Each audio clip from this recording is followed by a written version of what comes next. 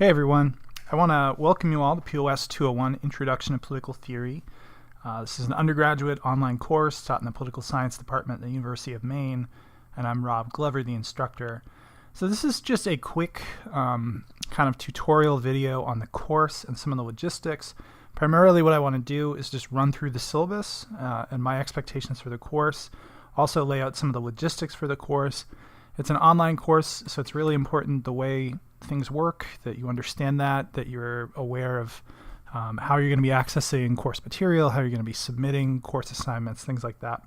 So before we do that, you might want to start by printing off a copy of the syllabus and having that in front of you and reviewing that really closely. Most of the information that I'm going to lay out here is contained within that, so it's important you read that over closely.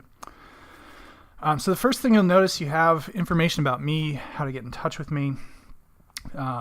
I do hold virtual office hours for this class. They're from 12 to 2 on Wednesday. The way that works, there's a Google Hangout link embedded within Blackboard. I'll show you that in a minute. And you can access that during that time if you want to chat with me. Also, I know many of you are probably not local to Maine right now as you're taking this course, but if you are, then we can set up a time where we can meet in person if you'd prefer meeting face-to-face. Usually the best way to get in touch with me is email. I will try to respond to you as quickly as possible. You can call that phone number if you want. That's my office phone. I'm in the office quite a bit over the summer, but I might not be able to get back to you right away. But usually email, I can get back to you pretty quickly. And the session, as you know, runs from June 4th to June 22nd. It's a compressed session. This is a ton of material that we move through in 3 weeks. I think it's manageable, but you have to really be diligent and keep up with the material and try not to fall behind, particularly in the reading. The reading load is pretty significant. So what we'll study in this class. So this is an introductory class in political theory. Some of you may have had classes in political science, and some of you might even be political science majors. And political science tends to look at political phenomena and attempt to describe them and explain them and predict certain occurrences in political life. And political theory is really a little bit different. And it is really moving beyond explanation, prediction, and understanding. So in political theory, we look at the ideas and the philosophies that have shaped our political institutions and our political systems, both in the past and today and potentially in the future. And rather than asking why did something happen, how did something happen, what variables caused an outcome, we tend to ask questions like, what do we want our political world to be? What ought to be the way in which we organize our political communities? What is justice? What does it mean to be a good citizen? What does it mean to be free? We call those questions normative questions, right? Meaning that there's some normative, there's an ought to them. There's some sort of ideal, what ought to be, right? Which is different than simply empirical questions. And we'll get into that in the first lecture. We'll map out that distinction in more detail and go through some examples. So how do we study it? Well, it's a challenging class, right? We do this by basically a survey of core texts of Western political thought. These are ideas and philosophies which have shaped the world and continue to shape the world. I would argue these are the types of things that as an informed political actor you should read, because they are the philosophical foundations for the political system in which you reside. My goal is really to give you kind of a survey of this material and to spark your interest. It can't be comprehensive in an introductory class like this. So we're just touching upon some of the core texts and trying to familiarize you with important ideas and to spark your interest in this area. And then if it's something that you're really interested in, you want to explore further, there's other political theory courses at more advanced levels that you can take. Readings for the course. So this is from the syllabus. You have Stephen Kahn, Political Philosophy, the Essential Text, which is really our main text. This is the 3rd edition. I would note that the earlier editions do contain most, if not all, of the material that we cover in this class. The only thing that might be a little bit different is page numbers. And so for the reading questions that I have assembled for you, those have page numbers on them. They won't match up exactly. So you might have to be creative if you have an earlier edition, but if you want to save yourself a little bit of money, you might be able to get a second edition or first edition and save yourself a few dollars. Edward Bellamy is another text that we read. This is a fictional work. We read it a little bit later in the course. So that's another text. And then there's just a handful of other readings that are all available electronically through Blackboard. And they're listed as such in the syllabus. So if you come across something it's not in the Kahn book or the Bellamy book, it's probably available as a PDF through the Blackboard site. Your grade is composed of 4 things. There is a midterm in this class that's worth 25% of your grade, and a final exam, which is also worth 25%. Those are there's a study guide available for those, which is available right now actually on the Blackboard site if you want to get a sense of what you'll be asked to do in the midterm and the final exam. And my study guides are very specific, right? I don't want to throw you curveballs. I don't want to try to trick you. I want everyone to be able to succeed, and I want to give you the tools to succeed. So I tell you very specifically what you're going to be asked to do and what the exam is going to look like. So that's the midterm and the final exam. That's roughly half of your grade. You do a paper in this class. It's a short 4 to 5 page double-spaced paper. It's worth 30% of your grade. It's analyzing a film that we watch called The Educators in relation to some of the themes that we encounter in this class. Themes like resistance, how we structure our economy, sort of core themes in political philosophy. But the film is, I think you'll enjoy it, right? It's a very good film. It's well done, and I've used it several times, and students have written some really interesting papers. And then the last component is participation in online discussion, which is 20% of your grade. So let me say a little bit about these. And I'll actually hop out of here and go into the Blackboard site so you can see what I'm talking about. So this is the Blackboard site. Your core kind of navigation here is going to be this left-hand bar, and anything related to the course will be archived here, right? So you have the syllabus that I'm going over right now. Course lectures and PowerPoints are available here. Those additional readings which I mentioned and the reading questions specific for each text are available here. So there's a lot of information here, a lot of content. Also, you'll submit your paper assignment through Blackboard, and you'll take your exams through Blackboard. Although you might not see this yet. That might not show up until the day of the exam. But you should see something that roughly looks like this.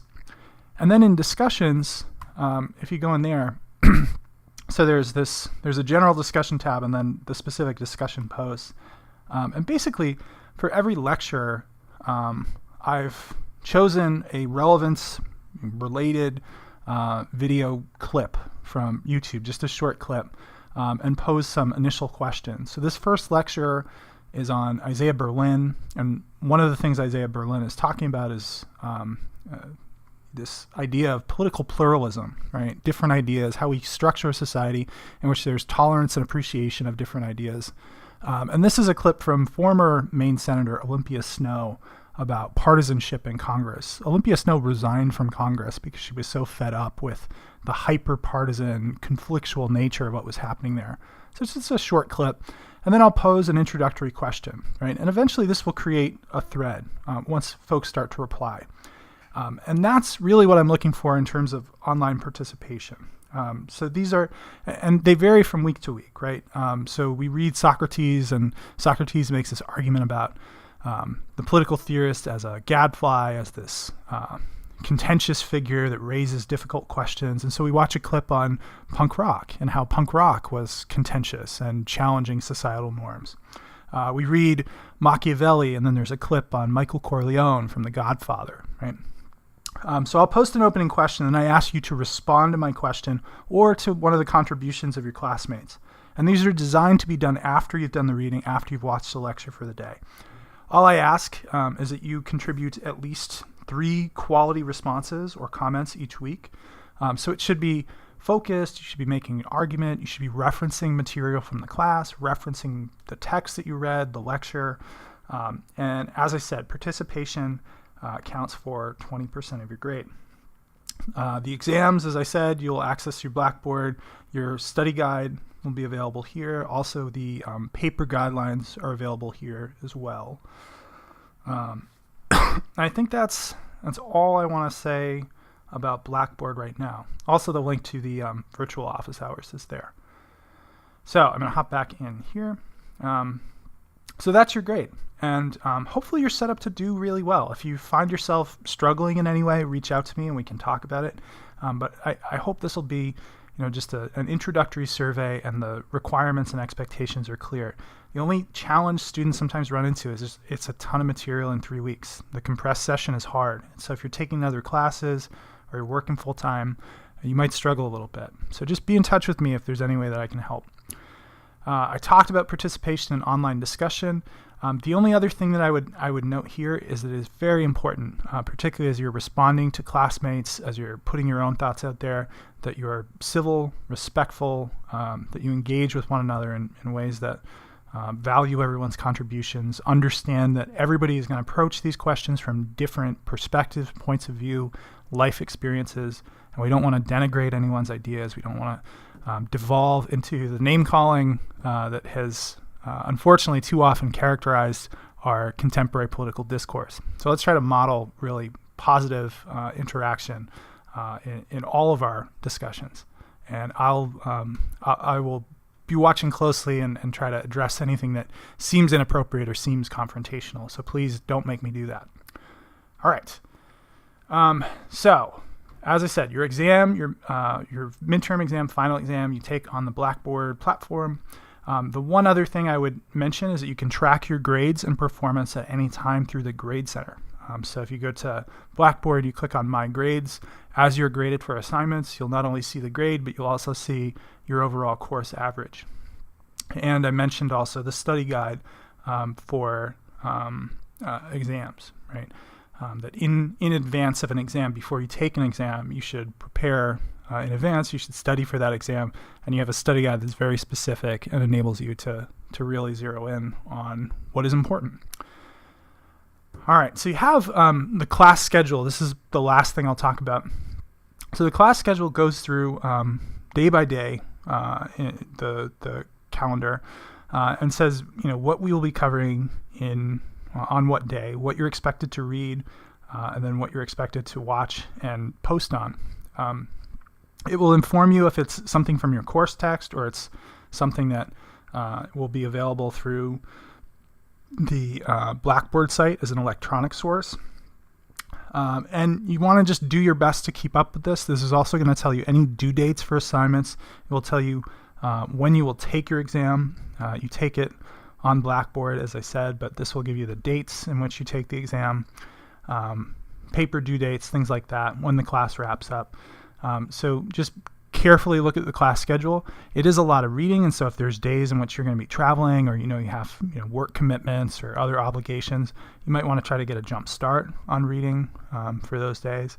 And as I said, the reading questions are designed to help you. They're designed to help you focus in on what is important, what is relevant in sometimes fairly lengthy readings. So consult those as well in advance of doing your reading and also while you're doing the reading. All right. And readings, of course, should be done in advance of watching the lecture. Okay.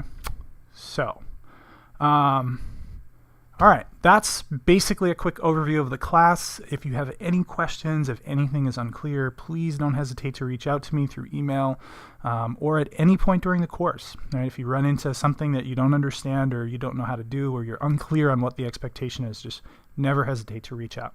And that's it. I look forward to a challenging and exciting class, and I hope all of you get a lot out of this course. Thanks very much.